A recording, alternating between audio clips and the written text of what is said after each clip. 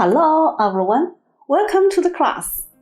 Hello, everyone. Hello, Professor Qiu. In the last two chapters, we discussed Chinese and Western aesthetic thought and aesthetic education thought. This chapter we will begin to discuss the growth and cultivation of modern youth and aesthetic education. Aesthetic education plays an important role in quality-oriented education for college students. It is the irreplaceable and best way of personality cultivation for college students. The cultivation of personality is not only through the knowledge impartation in class, but also through various measures in order to promote the students to construct themselves actively according to the rule of aesthetic and finally reach the state of aesthetics. That is the perfect and free development. Plato wrote in the book Utopia, we should look for some capable artists to paint the beautiful aspects of nature, so that our young people will be like living in a zoo with warm wind and warm sun, while everything around them is good for health. Being immersed in the beautiful works day by day, like breathing a puff of wind from the quiet realm, so that young people can unconsciously cultivate a love of beauty from childhood, and cultivate the habit of integrating beauty into the mind. Yes, as we learned before, Confucius attached great importance to the role of art education. Poetry can stimulate emotions, observe society, make friends and complain about injustice. Near can serve parents, far can serve the king, but also can know the name of many birds, animals, and plants. Therefore, he put forward that if you don't learn poetry, you can't speak well. From the beginning of the 20th century to the May 4th movement, with the cultural exchange between China and the West and the rise of the ideological liberation movement, Chinese famous scholars such as Wang Guowei and Cai Yuanpei actively spread the Western aesthetic education thought to China. In 1906, Wang Guowei pointed out in his On the Purpose of Education. A perfect person must be prepared for the three gains of truth, beauty, and goodness. To achieve this ideal state, we can start with education. Education is also divided into three parts: intellectual education, moral education, and aesthetic education. He believes that the purpose of education is to make human abilities fully developed and harmonious. Therefore, in addition to developing their body through physical education, but also developing their spirit through intellectual education, aesthetic education, and moral education, in order to help students to establish the three virtues of truth, beauty, and goodness. Cai Yuanpei was the pioneer of advocating aesthetic education in modern China. He not only discussed aesthetic education comprehensively and systematically in theory, but also actively put it into practice. In 1912, when Cai Yuanpei became the first chief education officer of the government of the Republic of China, he set about educational reform and made aesthetic education one of the contents of educational policy. In addition, he also set up special schools for music and fine arts, opened aesthetic courses, hired teachers, and even taught in person.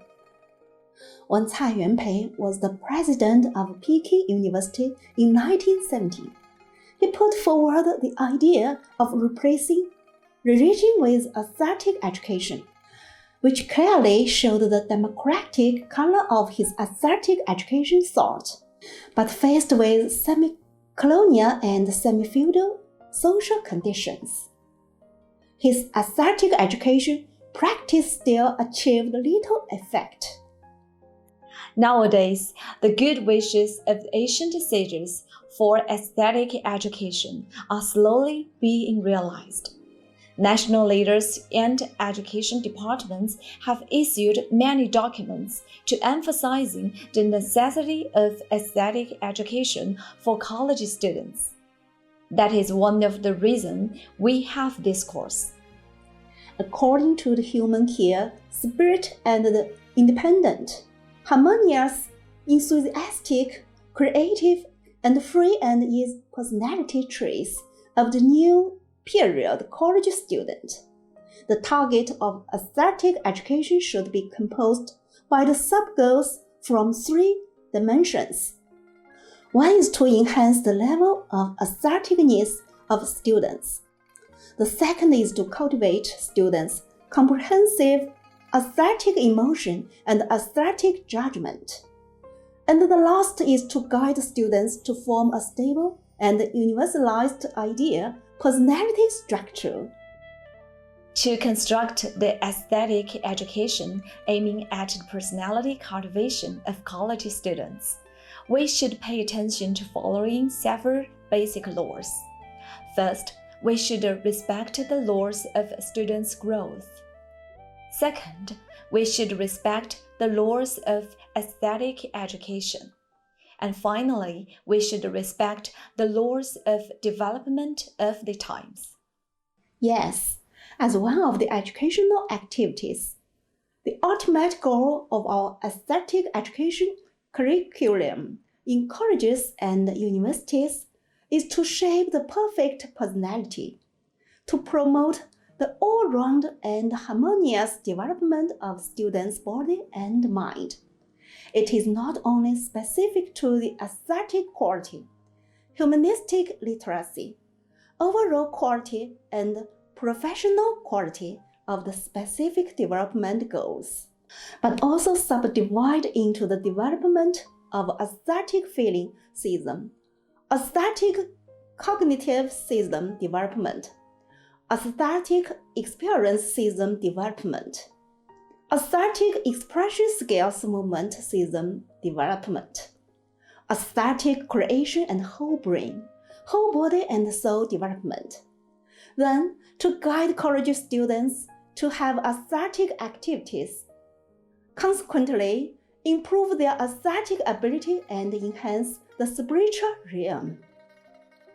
The purpose of improving the life realm of college students is to transcend the limited world of them through their aesthetic experience. Accordingly, to improve their personality cultivation and consciously pursue a more meaningful, a more worthwhile, and happier life. And consequently, they can apply their aesthetic taste and ability to their professional fields to improve their working capability and aesthetic height. Finally, it will help to promote social harmony and solve the crisis of life, especially the contradictory relationship between man and himself and nature. So, what exactly should we do on aesthetic education? First of all, aesthetic education is a self-conscious and spontaneous learning process, because you can't force anyone to feel touched, and you can't use reasoning instead of feeling. For example, if you are inspired by the pleasant scenery, you will be intoxicated if you have a panoramic view of the beautiful scenery, such as the mountains, the trees, the falling springs, the birds. At this time, all the additional hints and inspiration are all icing on the cake. The best attitude of the teacher is to keep silent and let the students accept the gift of nature and understand the mystery of the universe. Secondly, aesthetic education is a process of interaction between consciousness and unconsciousness. Aesthetic education for both the giver and the receiver is consciously participated in. But aesthetic activities, feeling, appreciation, and creation can cultivate human nature. From the perspective of beauty appreciation, it is mainly manifested in the internalization of aesthetic psychology, that is, establishment of intrinsic scheme. For example, by the long-term appreciation of landscape poetry and painting, we can develop a unique vision of discovering poetic and picturesque flavor from the form of landscape scenery. That is, to form a certain scheme. Finally, the psychological effect of aesthetic education is a long-term effect. Aesthetics can purify emotion, arouse will, strengthen perseverance, and construct personality. But it is not a matter of a moment or a day, but it needs a lot of accumulation and immersion.